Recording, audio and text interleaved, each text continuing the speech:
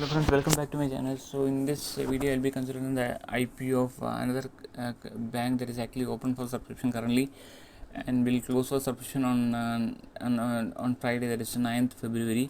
So the IPO I will be considering is that of Jana Small Finance Bank Limited. So the IPO is open from 7th February and closed on 9th February. The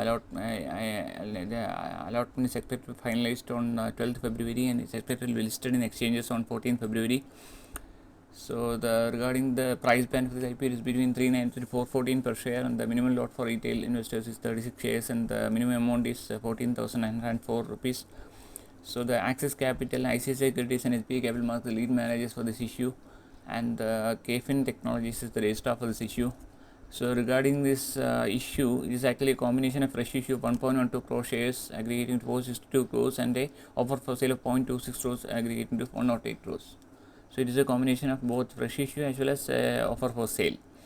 And regarding the promoter holding before the issue, it is actually around 25.20%, and 15% is offer of this issues of 30% of the issue offer to anchor investors. QAV's shares offered is 20%, and the HNI segment is offered is 15%, and the retail segment 35% shares are offered.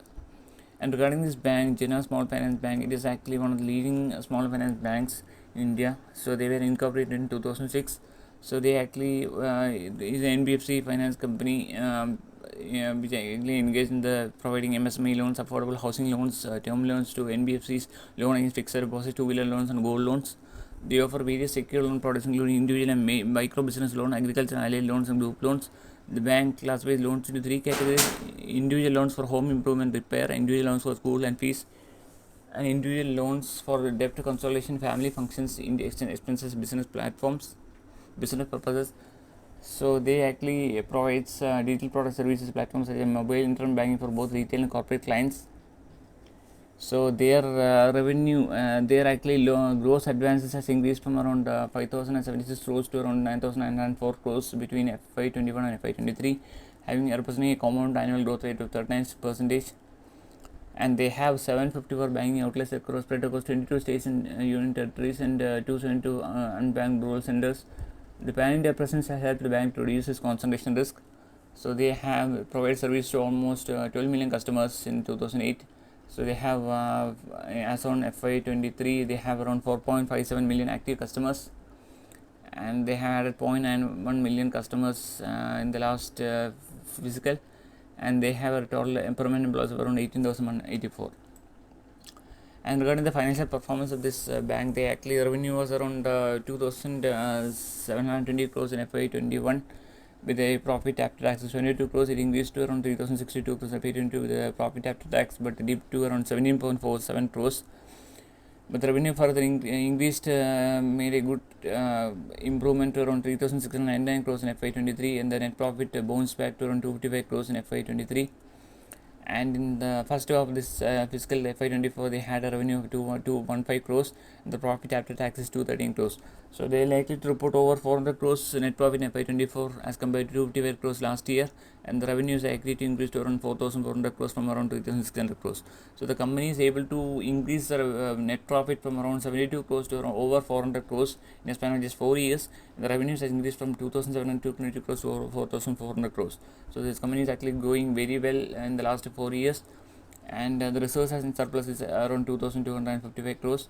So the bank is actually doing very well. It's actually expanding the branches, and regarding the EPS post IPO, it's actually EPS will be around 40.77, considering the price band of just around 393 for 14 per share.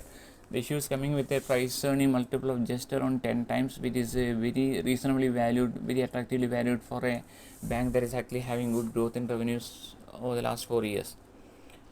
And regarding the review by different brokers, I think most brokers have subscribed rating the IPO. 5 brokers have subscribed rating, 1 has a neutral rating. And regarding the oversubscription figures at the end of secondary, it is already oversubscribed 2 times. The QAB segment is oversubscribed 0.19 times, and the HNI segment is oversubscribed 3.18 times. The retail segment is oversubscribed 2.42 times. I am actually expecting good subscription figures on last day, that is Friday, on 9th February. It's likely to get oversubscribed by over 5 to 10 times minimum in the retail segment and HNI segment and QAB segment. And I am actually expecting Based on the oversubscription figures, the grey market premium can also rise. And regarding the review by Dilip Davda in the website jitoga.com, they mentioned that it's the fourth largest small finance bank in India, offering all financial services under one roof. They marked a setback in FY20 on account of COVID pandemic, but they actually turned around, and they actually were back on track in FY23 onwards and posted a good revenue growth. And based on the FY24 earnings, the issue appears reasonably priced. Investors can park funds for the medium and long term rewards. And it is so they have 771 banking outlets, 278 banking outlets in unbanked rural centers in 22 states and two union territories. They have served nearly 12 million customers since 2008. And so they actually offer secure business loan, micro loans against property, MSME loans, affordable housing loans, term loans to NBFC, loan against fixed deposits, two-wheeler loans and gold loans. Its primary unsecured loan products are individual and micro business loans, agriculture and allied loans, and group loans. Group loans are offered to a group of women as per the joint liability group model. So it is actually since becoming a small finance bank, it's focused on increasing gross advances to diversify advances, and within unsecured advances they have focused on growing agriculture and allied loans, and they have been able to generate the strength of Jana brand to rapidly grow their deposit portfolio since they commenced operation as a small finance bank in 2018.